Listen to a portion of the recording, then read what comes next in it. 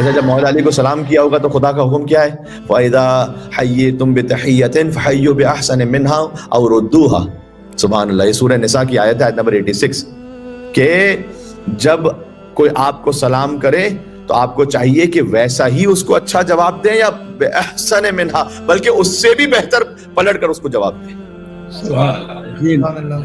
اس لیے ہے کہ صبح و شام اپنے مولا کو سلام کیا کرو. سبحان اللہ. کیا کہنے قبلہ، کیا کہنے.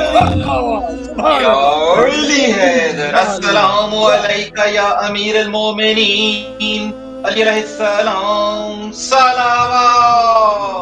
اللہم صل علی محمد وعلی محمد وعجل فرجهم. سبحان اللہ. سبحان اللہ. سبحان اللہ. کیا کہنے. سبحان اللہ. بھئی قرآن کی آیت ہے سورہ نساء کی آیت نمبر 86. جب آپ سلام کریں گے اپنے مولا کو تو اللہ تعالیٰ کا حکم ہے کہ یا تو ویسا ہی جواب دو، یعنی السلام علیکم کا جواب وعلیکم السلام ہی دو، یعنی بِأَحْسَنِ مِنْهَا، اس سے بھی بہتر جواب دو. اس لیے تاکید ہے کہ اگر آپ کو کسی نے کہا السلام علیکم، آپ جواب میں کہیں وعلیکم السلام ورحمۃ اللہ.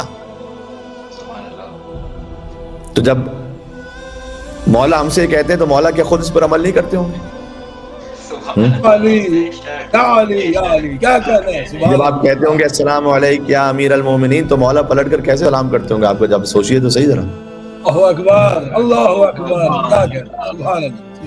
اسی لیے روایت میں ہے کہ اگر کوئی کہے السلام علیکم ورحمۃ اللہ تو آپ پلٹ کر کہیے وعلیکم السلام ورحمۃ اللہ وبرکاتہ. کچھ اضافہ کیجیے. ہاں پھر ایک مرتبہ ایک شخص نے مولا کے سامنے سلام کیا السلام علیکم ورحمۃ اللہ وبرکاتہ، تو کسی نے جواب دیا وعلیکم السلام ورحمۃ اللہ وبرکاتہ وتحیۃ وسلام. مولا نے کہا نا اللہ نے ہر چیز کی ایک حد رکھی ہوئی ہے، وعلیکم السلام ورحمۃ اللہ وبرکاتہ پہ رک جاؤ بس. عقلانیت کا دین ہے. صحیح ہے. صاحب عقل و شعور ہونا چاہیے انسان کو مولا کے کلام کے مطابق عمل کرتے ہوئے. تو اس لیے صبح و شام اپنے مولا کو سلام کریں. جب ہم سلام کریں گے تو مولا کی جانب سے اس سے بہتر جواب ہمیں ملے گا. سبحان اللہ. اب ایک جملہ کہنے لگا ہوں، عشرہ محرم کی مجالس تو آپ کو یاد ہوں گی نا.